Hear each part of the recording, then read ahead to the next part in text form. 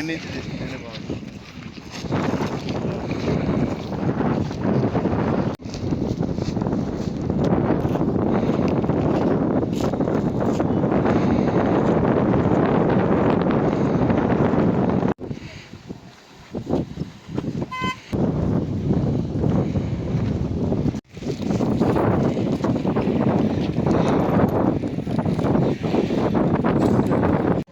Sir okay sir.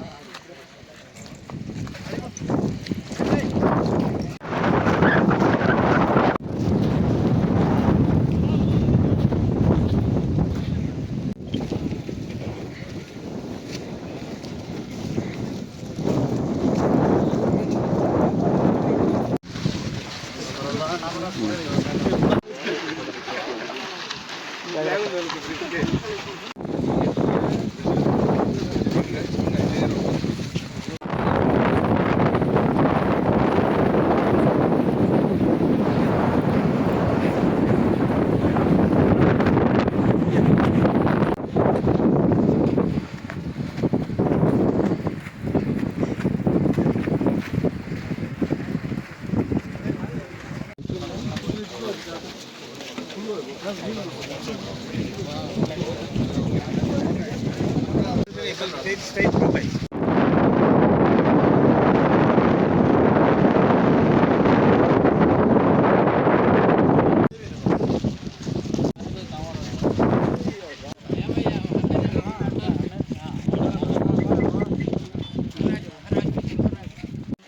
నేను ఇదే ప్రదేశంలో నేను పుట్టిన కానింటి చూస్తున్నా సార్. ఎక్కడే కానీ నా ఏట్లో కానీ ఇదే నా ప్రదేశం. ఇక్కడనే బతున్నా తాతలు ముత్తాతలు కానింటి కళ్ళు మూసుకొని నడుస్తున్నాం సార్ ఇదే ఏట్లో.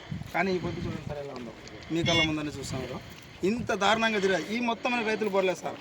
ఇవన్నీ ఇలా చేయబట్టి మొత్తం ఎక్కడే కానీ కంప చెట్లు మొలచేసి ఎవరే కానీ వ్యవసాయం కానీ ఏదే కానీ చేసుకోలేకపోతున్నారు. ఈ క్వారీ స్టార్ట్ అని అంటే దీనివల్ల మాకు ఎటువంటి ఉపయోగం లేదు సార్. నష్టం తప్ప లాభం ₹1 కూడా మాకు లేదు సార్. మొత్తం అని ఎక్కడైనా కానీ చూసుకుంటే గుంతలు మిట్టలు ఇదే క్వారీలో అక్కడ 3 పడి చనిపోయినారు, అక్కడ మళ్ళీ 2 పడి చనిపోయినారు. కానీ దానివల్ల ఎటువంటి ఉపయోగం కానీ ఏదే కానీ లేకుండా ఉండదు సార్. దీనివల్ల మాకు నష్టం తప్ప దీనివల్ల ఎటువంటి లాభం లేదు మాకు. ఒక్క అసలు పర్సంటేజ్ కూడా కనీసం రైతుల పైపులు ఇవైనా కానీ వదులుతున్నారంటే ఇవి కూడా వదలడం లేదు. దీనివల్ల మాకు ఎటువంటి ఉద్దేశం కానీ దేనికైనా కానీ కనీసం చాలామంది ఏదో చూడండి ఇలా మాడి చెట్లు ఉన్నాయి, ఇంకా ఉన్నారు చాలామంది ఉన్నారు. లేదు దాటుకునే దానికే లేదు. అంటే ఒకవేళ ఈ నీళ్ళు వచ్చినట్టు మీరు దాటుకుంటేది ఎట్లా? ఏ దారి ముందు ఇట్లా లేదు, ఇప్పుడు అంతా ఇదంతా సదరంగా ఉన్నాయి సార్. ఇప్పుడు అన్ని రోడ్లు ఇవన్నీ వాళ్ళు వేసిందన్నీ రోడ్లు అనేది రేట్లో లేదు. మొత్తం రోడ్లు వేసుకొని తీసుకొని రేపుకుంటున్నారు. మనం చెప్తే మా మాట విన్నారు సార్. మేము బతుకు దూరి దాకా 2 ఏళ్ళు వచ్చి అధికారులకు చెప్పినారు. చెప్పాం సార్. ఏమంటారు? ఏం అర్జీలు ఇవ్వమన్నాం సార్. అర్జీలు ఇచ్చినా ఇదంతా వాస్తవంగా రైతుల బోర్లే పెరకాయ చేయండి. ఇది పెరకాయమన్నారు. డైరెక్ట్ పెరిగామని మీ క్వారీకి అడ్డము తీసేయండి. సార్ ఏదో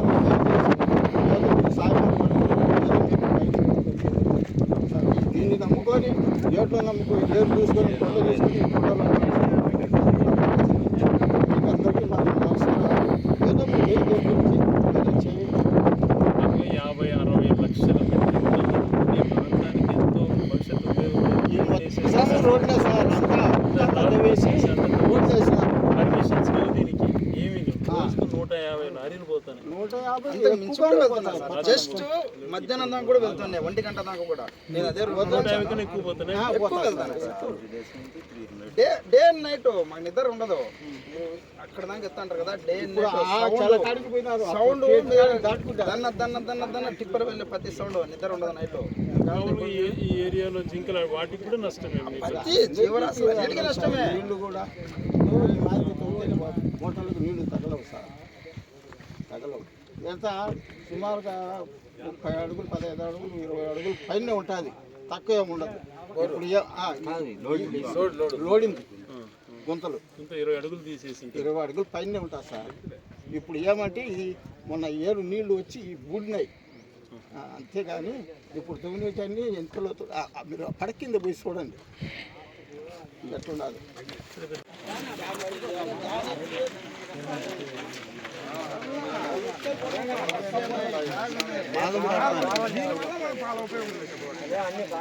ఎవరికి అవకాశం ఎట్లా బాగుంటుంది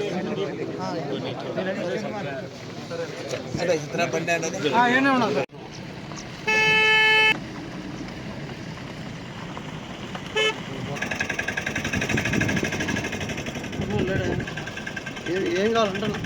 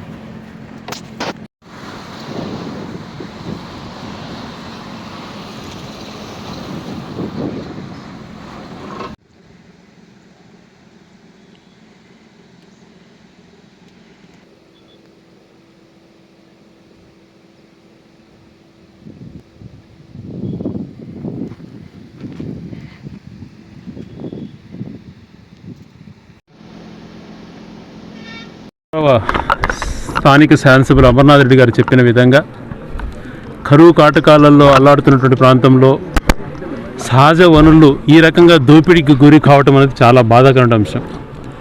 ప్రతి ఒక్కరు నిద్రలేసినప్పటి నుంచి పర్యావరణం గురించి మాట్లాడుతుంటారు, లక్ష్యాలు ఇస్తూ ఉంటారు. మరి పవన్ కళ్యాణ్ గారు 4 అడుగులు ముందుకేసి నేనే పర్యావరణాన్ని కాపాడుతా అని చెప్పి 24 గంటలు మాట్లాడుతూ ఉంటాడు. మరి నిర్దాక్షిణంగా ఈ ప్రాంతంలో ప్రకృతి సౌందర్యమైనటువంటి ఈ ప్రాంతంలో సహజ వనరులు ఏ రకంగా దోపిడీకి గురవుతున్నాయన్నటువంటిది మీరే కళ్ళారా చూస్తున్నారు. ఈ ప్రాంతం రైతులకు కానీ సాగునీరుకి కానీ లేకపోతే ఈ అటవీ యొక్క ప్రాంతంలో ఎన్నో జంతువులు ఉండేటువంటి ప్రాంతం, ఎంతో అందమైనటువంటి ప్రాంతంలో చేపల చెరువులు కూడా ఎప్పుడు మా ఏరియా గోదావరి జిల్లాలో కూడా కనపడవు. ఆ రకం చేపల చెరువులు లెక్కన ఈ రకంగా లక్షలాది టన్నులు దోచేసి ఈ ప్రాంతం నుంచి, ఈ ప్రాంతం ముందే పేదరిక ప్రాంతం, ఇక్కడ సహజ వనరులంతా కూడా దోపిడీకి గురి చేస్తున్నటువంటి వాళ్ళని ఏమనాలి? చాలా రోజుల నుంచి చెప్తున్న శాసనసభ్యుల వారు అనేక సార్లు కలెక్టర్ గారి దృష్టికి ఎన్నోసార్లు తీసుకెళ్లారు. ఏమాత్రం చలనం లేదు. ఈరోజు మేము వస్తున్నామని తెలుసుకొని ఇప్పటికిప్పుడు మిషన్లు దాపెట్టేసేసి టిప్పర్లు ఆపారు. రోజుకు 5-10 కాదు 100-150 టిప్పర్లు ఈ రకంగా తోలేటువంటి పరిస్థితి. ఇవన్నీ అడిగి పోగల వీడియోలు. ఒకసారి జగన్మోహన్ రెడ్డి గారే ఈ వీడియో చూపించారు ఒక మీటింగ్లో, ప్రెస్ మీట్లో. కాశ్మీర్ ప్రాంతంలో యుద్ధానికి పోయినట్టు పోతున్న ట్యాంకర్లు ఏంది ఇంత ఘోరంగా ఉందని. ఈరోజు ట్యాంకర్లు చూస్తే మనకు అర్థమవుతాం. ఈరోజు ఒకరోజు మేము వస్తున్నామని చెప్పి దాపెడితే వాస్తవాలు దాగవు కదా. ఇంత ఘోరంగా వందలాది టిప్పర్లు ఇవన్నీ ఉండడంతో పాటు పెద్ద పెద్ద మిషన్లు పెట్టి ఈ రకంగా ఎత్తేటువంటి పరిస్థితి. ఒక్కొక్కసారి ఒక్కొక్క ట్రిప్పుకి ఒక లారీకి టిప్పర్కి 50 నుంచి 55 టన్నుల ఇసుక దాంట్లో వేస్తున్నారు. 800 రోజులైంది ప్రభుత్వం ఏర్పడిన రోజు నుంచి తోలుతున్నారు. 800 రోజులు, రోజుకు 150 లారీలు పోతున్నాయి. ఒక్క రోజుకు 150 లారీలు అంటే ఒక లారీకి 50 టన్నులు అంటే ఒక ట్రిప్పుకి దాదాపుగా 1,20,000 నుంచి 1,30,000 టన్నులు ఒక్క రోజుకు తీసుకెళ్తున్నారు ఈ ప్రాంతం నుంచి. ఈ సహజ వనరులు ఎక్కడికి తీసుకెళ్తున్నారు అని అంటే పక్క రాష్ట్రాలకు దోపిడికి. ఇక్కడ ప్రతి ఒక్కరికి కమిషన్లు. వీటికి ఇదే కాకుండా 800 రోజులకు వేసుకుంటే దాదాపుగా 50 నుంచి 60 లక్షల టన్నులు 45 నుంచి 50,000 మెట్రిక్ టన్నులు తీసుకుపోయారు. ఈరోజు సమాజం గురించి మాట్లాడే పెద్ద మనుషులు సమాధానం చెప్పాలి. 24 ఆగస్టు 2024లో మొదటిసారి అప్పుడు ఉమ్మడి జిల్లాలో ఈ ప్రాంతం ఇప్పుడు కడప జిల్లాకి వెళ్ళింది, అన్నమయ్యకు బార్డర్ ఉంది. అప్పుడు ఉన్నటువంటి అన్నమయ్య జిల్లాలో కలెక్టర్గా ఉన్నటువంటి ఆ టైంలో ఉన్నటువంటి చెరుకురి శ్రీధర్ గారు అనుకుంటా, శ్రీధర్ గారు ఇచ్చినటువంటి పర్మిషన్ లెటర్స్లో తను చెప్పినటువంటిది ఆ రోజుల్లో మొత్తం పైన ఒక సంవత్సరానికి 3 లక్షల మెట్రిక్ టన్నులు తీయాలి, ఎక్కడ కూడా 3 అడుగులకు మించి తీయకూడదు అన్నటువంటిది అన్నీ కూడా మెన్షన్ చేస్తే ఒక్కొక్క చోట 20-30 అడుగులు తీసేయడమే కాకుండా వాళ్ళు చెప్పినటువంటి కేవలం 300 అడుగుల్లోనే పర్మిషన్ ఇస్తే దాదాపుగా 3 నుంచి 5 కిలోమీటర్ల మేర ఎత్తేసేసి వాళ్ళు ఇచ్చిన పర్మిషన్ 3 లక్షల మెట్రిక్ టన్నుల కంటే దాదాపుగా 40 నుంచి 50 లక్షల మెట్రిక్ టన్నులు ఎత్తేసడం సమంజసమా? ఇంకా వాస్తవాలు మాట్లాడుకోవాలని ఉంటే ప్రతి సంవత్సరం మినరల్ కమిటీ మీటింగ్ జరగాల, శాండ్ మీటింగ్ జరగాల, కలెక్టర్ గారు తిరిగి పర్మిషన్స్ ఇవ్వాలి. మళ్ళీ 24 జూలైలో ఇచ్చినట్టు పర్మిషన్స్ తర్వాత మళ్ళీ మీటింగ్ జరిగినటువంటిది లేదు. ఇప్పుడు కడప జిల్లాకు పోయింది. ఇప్పుడు అప్పుడు పనిచేసినటువంటి కలెక్టర్ గారు కానీ ఇప్పుడు కడప జిల్లాకు పనిచేసిన కలెక్టర్ ఇద్దరు రెస్పాన్సిబుల్ దీనికి. ఇంత సహజ వనరులు ఈ ప్రాంతం నుంచి దోచుకెళ్తుంటే ఏం చేస్తున్నారు? ఈ ప్రాంతం ముందే వెనకబడిన ప్రాంతం, జిల్లా కేంద్రాలు తీసేశారు, సహజ వనరులు ఈ రకంగా దోచేస్తున్నారు. ప్రజలకు ఎంత నష్టం చెప్పండి. ఏమన్నా దాంతో ఒక బాధ్యతగా తీసుకుంటున్నారా? ప్రభుత్వానికి సంబంధించినటువంటి ఆస్తి, ఇదంతా ప్రజలకు సంబంధించినటువంటి ఆస్తి. మరి 50 లక్షల మెట్రిక్ టన్నుల ఇసుక ఇక్కడి నుంచి 2 సంవత్సరాలలో ఎత్తేసేసి ఈ ప్రాంతంలో నిర్వీర్యం చేసేసారు. దాదాపుగా 5-6 కిలోమీటర్లు అని అంటే ఎంత తప్పండి. ఇవి కాకుండా ఈ టిప్పర్లు 150 టిప్పర్లు ఏవైతే ఉన్నాయో వాస్తవానికి వాళ్ళు ఇచ్చినటువంటి రూల్లో 20 టన్నులకు మించి ఏ టిప్పర్లో వేయకూడదు రూల్ ప్రకారం. 50 టన్నులు 60 టన్నులు వేస్తుంటే ఆర్టీఓలు ఏం చేస్తున్నారు? గాడిదలు కాస్తున్నారా ఇల్లు? మరి ఆ టిప్పర్లతో మనుషులను గుద్ది అనేక మంది చావు కారణమయ్యారు, యాక్సిడెంట్లు జరుగుతున్నాయి. 50-60 టన్నులు వేసి ఒక టిప్పర్ తీసుకెళ్తుంటే రోడ్లు ఎలా బతుకుతాయి? రోడ్లు నిర్వీర్యం అయిపోయినాయి. సహజ వనరులు దోపిడీ చేస్తున్నారు, ప్రమాదాలకు గురి చేస్తున్నారు, అనేక మంది చావు కారణమయ్యారు. పసిపిల్లలు, కాలేజీ పిల్లలు ఇక్కడ ఈత ఆడుకొచ్చి 3 చనిపోతే ఆ వార్తే బయటికి రానికుండా చేశారు. ఒక 4 రోజుల క్రితం గౌరవ శాసనసభ్యులు గారు కూడా ధర్నా కూడా కూర్చున్నారు. ఇక్కడ 2 పిల్లలు చావు కారణమయ్యారు టిప్పర్లతో గుద్ది. ఇన్ని రకాల చేస్తుండే, ఇన్ని రకాల సమాజానికి నష్టం చేస్తుంటే ఏం చేస్తున్నాయి ఈ వ్యవస్థలంతా కూడా? వెంటనే ఇదంతా కూడా మేమంతా గ్రీన్ ట్రిబ్యునల్ కూడా ఆశ్రయించబోతున్నాం. ఇక్కడ చాలామంది అధికారులు, మైనింగ్ వాళ్ళు కానీ ఫారెస్ట్ వాళ్ళు కానీ వీళ్ళంతా చీమ కుట్టినట్టు కూడా లేదు వీళ్ళకంతా. ఈ జరిగినటువంటి దోపిడీ లెక్కాచారాలతో సహా ఉన్నాయి. ఇక్కడి నుంచి 50 లక్షల మెట్రిక్ టన్నులు ఎలా తీసుకెళ్లారో మా దగ్గర ఆధారాలు ఉన్నాయి. భవిష్యత్తులో ఈ అధికారులు కూడా ఫేస్ చేస్తారు. పర్యావరణానికి సంబంధించిన అధికారులు కానీ అందరూ కూడా దీంట్లో వాళ్ళ యొక్క బాధ్యులు అవుతారు. ఇదంతా దీనికి ఆన్సరబుల్ అవుతారు వాళ్ళంతా. ఇప్పటికైనా వాళ్ళు చర్యలు చేపట్టి దోపిడీని అరికట్టాలని చెప్పి గట్టిగా డిమాండ్ చేస్తున్నాం. ఇది చాలా తప్పు. ప్రజల ఆస్తినికి ఎవరు కూడా ఇలా దోపిడీకి చేసుకోవడం అనేటువంటిది ఎక్కడ జరగకూడదు. ఆ రకమైన దోపిడీ ఇక్కడ జరుగుతోంది, ఇంకా కూడా ఆపడం లేదు. ఇప్పుడు శాసనసభ్యుడితో పాటు మేమందరం వస్తున్నామని తెలిసి 1 గంట ముందు మిషన్లు దాపెట్టి టిప్పర్లు ఎక్కడ రోడ్లలో ఆపేశారు. మరి తప్పు చేస్తున్నట్టే కదా. దీనికి సంబంధించి మేము అడిగినటువంటి ప్రశ్నలకు మళ్ళీ మినరల్ కమిటీ మీటింగ్ జరిగి మళ్ళీ పర్మిషన్ రెన్యువల్ చేశారా చెప్పాలి. ఇక్కడ కొలతల్లో మేము చూపిస్తాం 50 లక్షల మెట్రిక్ టన్నులని. మీరు ఎంత పర్మిషన్ ఇచ్చారు, ఎక్కడికి పోయింది ఇసుక అన్నటువంటిది అంతా కూడా సమాధానం చెప్పాలి. మీకు ధైర్యం ఉంటే అధికారులు అంతా కూడా. అది లేనప్పుడు మీరంతా బాధ్యులు అవుతారు, మీ పైన చర్యలు చేపట్టడం జరుగుతుంది భవిష్యత్తులో. కాబట్టి ఇప్పటికైనా మీరు కళ్ళు తెరిచి, ఈ ప్రాంతం ఎంతో నష్టమైనటువంటి ప్రాంతం, చూస్తే బాధ కలుగుతోంది. రాళ్ళు బయటపడ్డాయి, మీటర్లు తొలగించేశారు. ఒక పక్కన పంటలకు నీళ్ళు రావటం లేదు, త్రాగునీటికి రావాల్సిన నీళ్లు కూడా ఆగిపోయే పరిస్థితి ఏర్పడింది. రాత్రింబవళ్ళు గ్రామస్తులే చెప్తున్నారు, పక్కన రాత్రింబవళ్ళు లైట్లు వేసుకొని ఇక్కడ మళ్ళా ఈ ఏరులో ఎంతో మంచి శాశ్వతమైనటువంటి ఏరులో టిప్పర్లు పోవడానికి రోడ్డు ఫామ్ చేసుకున్నారు బ్రిడ్జ్ ఎక్కడానికి. ఏంటంటే ఈ దోపిడీ? ఎవరు అడిగేవాళ్ళు లేరనే? ఇవన్నీ కూడా అంత ఈజీగా వదిలేటి కాదు. ఎందుకంటే సహజ వనరులపైన, ప్రాంతాలపైన ప్రేమ ఉండేటువంటి వాళ్ళం. ఖచ్చితంగా దీన్ని గట్టిగా నిలదీసి ఎవరికి ఏ శిక్ష పడాలనో ఖచ్చితంగా శిక్ష పడుతుంది. ఇప్పుడైనా చర్యలు చేపట్టకపోతే తెలియజేయడం జరుగుతోంది. ఈరోజు ఈ కష్టాన్ని చూసి ఇదంతా ప్రజలకు తెలియచేయడానికి రాయచూరు నియోజకవర్గానికి సంబంధించిన వైఎస్ఆర్సీపీ నాయకులు, రాజంపేటకు సంబంధించిన వైఎస్ఆర్సీపీ నాయకులు కానీ, కోడూరుకు సంబంధించిన వైఎస్ఆర్సీపీ నాయకులు పెద్ద ఎత్తున తరలి వచ్చారు. వాళ్ళందరికీ కూడా, అలాగే ఇక్కడ ఉన్నటువంటి బూడిగుంటపల్లె ప్రజలకి, రోలమడుగు ప్రజలకి, బాలరాజపల్లి ప్రజలకు కూడా కృతజ్ఞతలు తెలియజేస్తున్నాం. వాళ్ళ బాధలు కూడా వాళ్ళు వ్యక్తం చేస్తున్నారు.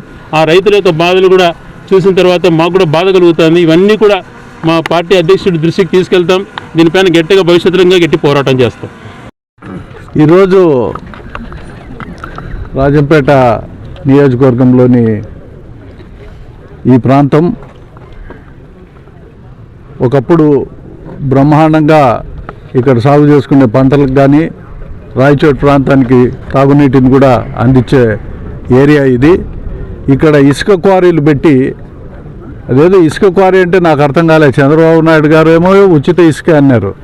ఉచిత ఇసుక అంటే ఎవరైనా వచ్చి తీసుకొని పోవచ్చు. అయితే ఇక్కడ ఉచిత ఇసుక మటుకు కాదు ఇది.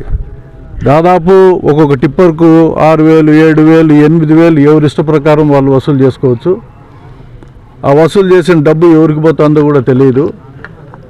ఎన్ని వందల టిప్పర్లు పోతాండాయో తెలియదు. అకౌంటబిలిటీ లేదు. కలెక్టర్కు బాధ్యత లేదు, పోలీసు వాళ్ళకు బాధ్యత లేదు. రెవెన్యూ అధికారులు అందరూ చూస్తూ ఉంటారు.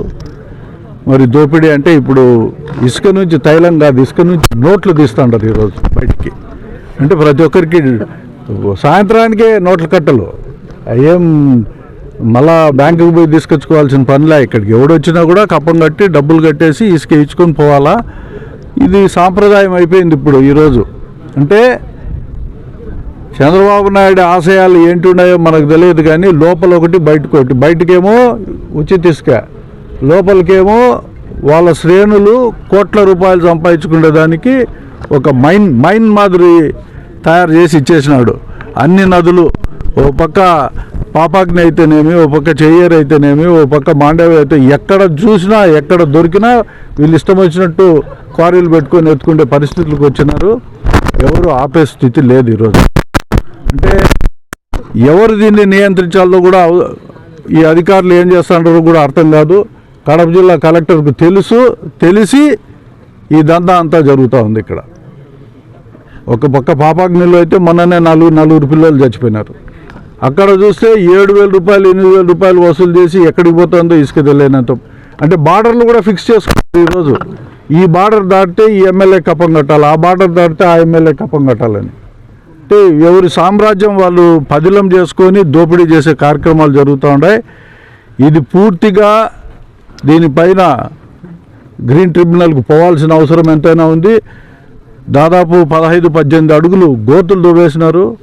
ఎక్కడ కూడా ఇప్పుడు ఈరోజు పొరపాటున ఏరు వచ్చిందనుకో, నీళ్లు నిండినాయనుకో, ఎక్కడ గోయిందో అర్థం కాదు. ఎవరు లోపలికి దిగినా మొత్తం పశువులతో సహా అందరూ చనిపోయే పరిస్థితే. లోపల దిగితే ఇక్కడ ప్రాణాలు మటుకు ఉండవు. అటువంటి పరిస్థితి ఈరోజు ఇక్కడ నెలకొల్లింది. దీనిపైన అధికారులు చర్యలు తీసుకోవాలా.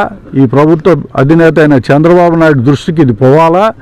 ఆయన నిజంగా దీన్ని అలో చేస్తున్నాడు అని ఆయన ఒప్పుకుంటే సంతోషం. ప్రజలు ఏ రోజు చెప్పాలన్నా ఆ రోజు చెప్తారని చెప్పి కూడా ఈ సందర్భంగా చెప్తూ ఈ కార్యక్రమాన్ని తక్షణం ఆపాలా. మీరు కావాలంటే ఉచిత ఇసుక విధానం ప్రకారము ఎవరైనా వచ్చి తీసుకుపోవడానికి వాళ్ళ వెసులుబాటు ఉంది. వాళ్ళు వచ్చి తీసుకుపోతారు. వాళ్ళకి ట్రాక్టర్లు ఉంటాయి, మనుషులు పెట్టి లోడ్ చేసుకుంటారు. ఉపాధి హామీ కూడా ఉంటుంది వాళ్ళకు. ఇట్లా పెద్ద పెద్ద మిషన్లు పెట్టి వందల టిప్పర్లు తీసుకుపోవడము, రోడ్లన్నీ డ్యామేజ్ అయిపోతుండే. ఒక పక్క 60-70 టన్నులు లోడ్ కెపాసిటీ బేర్ చేసే రోడ్డు ఏది కూడా ఈ ప్రాంతంలో లేదు. మరి ఈరోజు అక్రమంగా అంతంత వెయిట్ తీసుకొని పోతా అంటే రోడ్లు ఒక పక్క డ్యామేజ్ అవుతుండే. ప్రభుత్వ ధనం వృధా అవుతూ ఉంది. ఇవన్నీ కూడా దృష్టిలో పెట్టుకొని ఇక్కడ ఈ యాక్టివిటీ, ఇది మైనింగ్ యాక్టివిటీ కిందకి లెక్క. ఇది ఉచిత ఇసుక కాదు. ఈ నదిలో మైనింగ్ చేస్తుంటారు. మైనింగ్ చేసి విపరీతమైన డబ్బులు దోచేసే కార్యక్రమంలో ఉన్నారు. ఇది ప్రభుత్వం తక్షణం దీనిపైన చర్యలు తీసుకోవాలని డిమాండ్ చేస్తాం. వచ్చింది మీరంతా కూడా రావాలి అని వాళ్ళు అంతా పిలిచినప్పుడు ఈరోజు మన రాయచోటి మాజీ శాసనసభ్యులు శ్రీకాంత్ రెడ్డి గారు అయితేనేమి, కోడూరు మాజీ శాసనసభ్యులు శ్రీనివాసులు గారు, అదేవిధంగా లక్కిరెడ్డిపల్లి మన మాజీ శాసనసభ్యులు రమేష్ రెడ్డి గారు, అదేవిధంగా రాజంపేట, కోడూరు, రాయచోటి ప్రాంత వైఎస్ఆర్ కాంగ్రెస్ పార్టీ నాయకులు, కార్యకర్తలు అంతా కూడా, ఎందుకంటే ఒకసారి ఇంత ఇబ్బందుల్లో ఉన్నప్పుడు రైతాంగాన్ని వాళ్ళని ఓదార్చాలా అనే ఆలోచనతో ఇంగ నుంచైనా మేము ఏదో ఉద్యమాల ద్వారా ఆపి మీ ప్రాంతానికి ఈ ప్రాంతాలకు ఎందుకంటే సాగునీరు తాగునీరు మేము కృషి చేస్తామని, ఎందుకంటే ఈ ప్రాంతం నుంచి రాయచోటి ప్రాంతానికి తాగునీరు పోతాయి, అదేవిధంగా రాజంపేట ప్రాంతానికి పోతాయి. ఈ పక్క ఏమైనా గ్రౌండ్ వాటర్ ఉన్నప్పుడు ఈ పక్క కోడూరు ప్రాంతంలో కూడా బోర్లు గిళ్ళు కూడా నీటి మట్టం పెరిగి ఆ పక్క కూడా రైతాంగానికి సాగునీరు కూడా ఇస్తారు. అలాంటి పరిస్థితుల్లో ఇంత దుర్మార్గంగా ఈరోజు ఇసుక వందలాది టిప్పర్లు ఏదో కాదంటే ఏదో లోకల్గా ఈ నియోజకవర్గాలకు ఈ జిల్లా వరకు వారి అవసరాలకు వాడుకోవడం అనేది సహజం. కానీ ఇది నిజంగా ఒక మాఫియా మాదిరి ఈరోజు ఇంత వందలాది రోజు టిప్పర్లు వెళ్ళడం నిజంగా ఇది దుర్మార్గమైన చర్య. ఈరోజు నిజంగా ఇది తీవ్రంగా కూడా మేము ఖండిస్తున్నాం. ఈరోజు ఎందుకంటే ఈ ప్రాంత ప్రజలు వారే నిజంగా నాకు దాదాపు ఇంతకుముందు 10 రోజుల ముందు 4-5 సార్లు నన్ను చేసి అడగడం జరిగింది. మేమే ఇవి ఆపే పరిస్థితులు వచ్చాయి, ఎందుకంటే మాకు బోర్లలో నీళ్లు ఉండే పరిస్థితి లేదు అని వాళ్ళు చాలా బాధతో వాళ్ళంతా కూడా అడగడం జరిగింది. ఈరోజు ఒక పార్లమెంటు రాజంపేట పార్లమెంటులోని ఎవరైతే దూర ప్రాంతాలు మదనపల్లి తమ్మలపల్లి వాళ్ళు రాలేదు, ఇంత దూరం కాబట్టి రాయచోటి 3 రాజంపేట కోడూరు అనుకోండి నియోజకవర్గాలు కాబట్టి ఈ రైతాంగాన్ని వాళ్ళకు మనం వాళ్ళకు కూడా మనం మద్దతు తెలపాలా అనే ఆలోచనతో ఈరోజు రావడం నిజంగా ఈరోజు నిజంగా ఉదయం మధ్యాహ్నం వరకు కూడా ఈ గ్రామస్తులు ఇసుక తోలుతానే ఉన్నారు. ఈ మధ్య అవపడడం లేదని గ్రామస్తులంతా కూడా చెప్పడం జరిగింది.